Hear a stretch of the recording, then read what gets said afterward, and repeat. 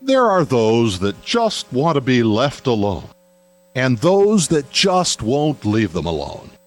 Which one are you? The Ernest Hancock Show.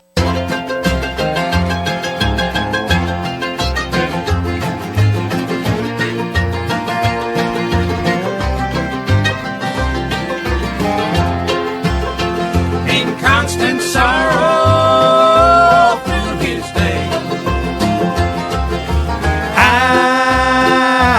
I am the man. Oh, it's always constant sorrow for us all. Yeah, Terry Bressi's definitely, man, he's singing some blues. And it really did get to be a problem for you there for a while. I mean, you know, you're married and you just had a child recently, didn't you? I mean, this had to have some kind of personal impact on you, fighting for freedom. Oh, sure, yeah. No, I wouldn't have time to go into it, but with the Border Patrol checkpoint, when they first started it back in 2008, I started posting those videos, and it wasn't the Border Patrol that came after me. Well, it was, but they did it through the Border Patrol Union. Okay, now this is a union where they represent their members for administrative issues inside the Border Patrol. We had the president of the union, Edward Bud Tuffley. He wrote several letters of complaint to the University of Arizona trying to get me fired. He wrote letters to Russell Pierce in the state legislature trying to get me arrested, along with other law enforcement agencies in the state of Arizona for posting these videos.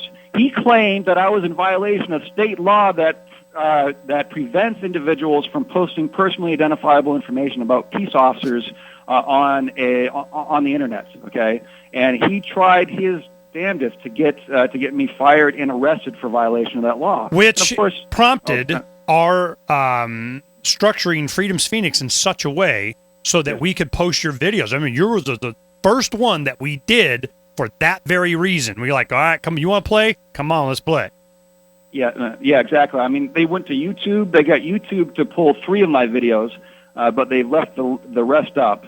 And of course, I just went around them and I reposted to multiple other sites, including Freedom's Phoenix. And I thank you guys very much for providing that resource. I mean, it's invaluable to having a activist,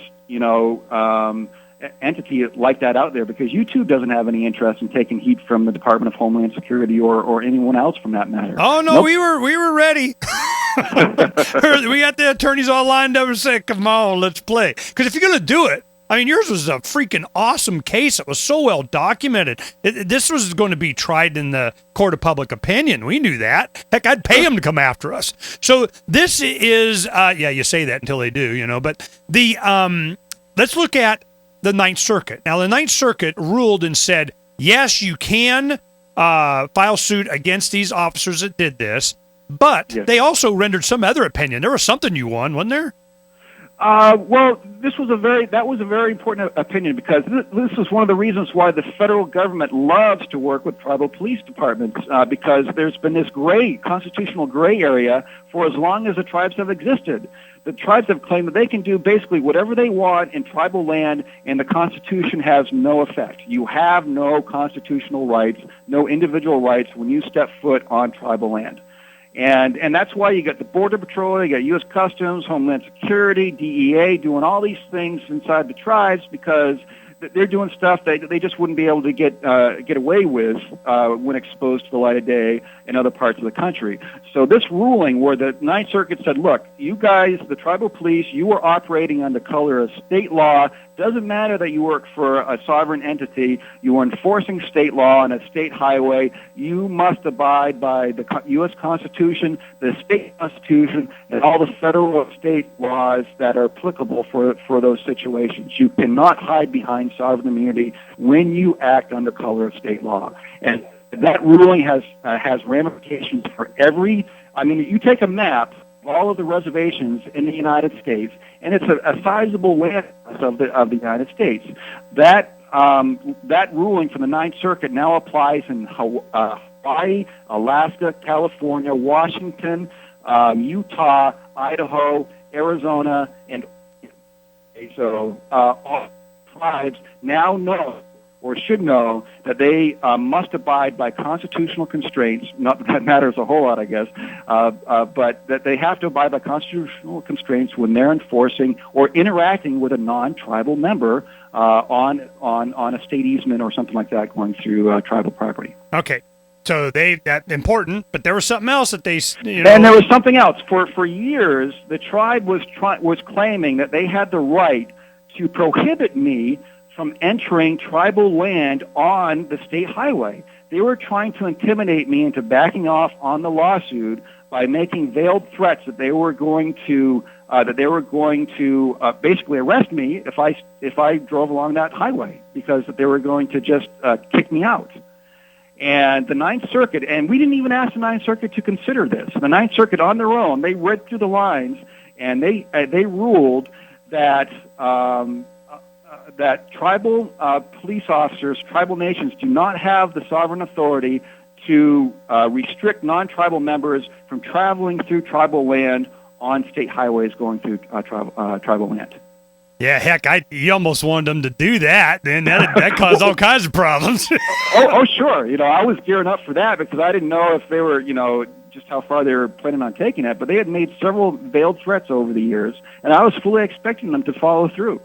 And we would have had a field day with that type of action. Okay, but the Ninth Circuit took it on themselves. So where are we now? You're back in Arizona and federal court and district court here, and what? A new judge has taken over the case. He's a semi-retired judge, Judge A. Wallace Tashima from the Ninth Circuit, and he's taken over the case because John Roll, who was the presiding judge, was killed back in January at the Gabrielle Giffords event. So Judge Tashima has taken on Roll's civil calendar. In our case, fell under that. Well,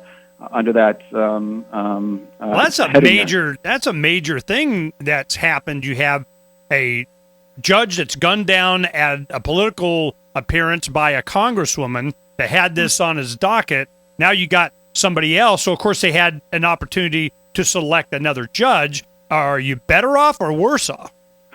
Well, I think Judge Roll had been burying this case. I mean, we filed in 2003. And it's 2011, and we haven't finished yet. I mean, to take for instance, when the tribal police they filed for a motion to reconsider way back in 2004 for one of Roll's rulings that they didn't like, and within I think 2 weeks, Judge Roll reversed himself on behalf of the tribal police. When we asked the judge to reconsider on similar grounds on another issue, it took him 7 months to write a 2-paragraph response. So he was going out of his way to bury the case, and probably hoping that I would get hit by a bus over the decade that it's taken for this case to work its way through, and he wasn't being very helpful at all. Well, surprise, the bus caught up with him. Now, Judge Tashima, he's a semi-retired Ninth Circuit judge, and he is the only Japanese-American to ever sit on a circuit court, and he was in an intern camp at the Plaston War Relocation Center in Arizona during World War II. You think that would have a positive impact, but, there's so many times I've come across people, these kind of situations, they just made a deal with the devil or something. Well, what do you think's going to happen? What's his history? I have no idea here how this new judge is going to work out, but I do know that the case has seen a lot more action since he's taken it over than we ever saw with Judge John Roll. We now basically have a very set calendar through the remainder of the year, and we should be going if motions for summary judgment aren't granted, then we should be in trial by the end of the year and get this whole thing tied up one way or the other. Who's your attorney on this? David Eisner has been my attorney from the very beginning, and we've also just signed on a local attorney with a lot of experience down here in Tucson, Ralph Ellenwood, who has been on. And for quite a few years, we had an organization out of California called the Identity Project. Through the First Amendment Project, was also assisting with the legal issues. Wow, a great story. Everybody, you get it? You get it? You hear it? You understand it? Oh, we're not done yet. And this has been going on for almost a decade. A decade. This will be over a decade from the beginning of this to the final conclusion. Yeah. How much activism you got in you?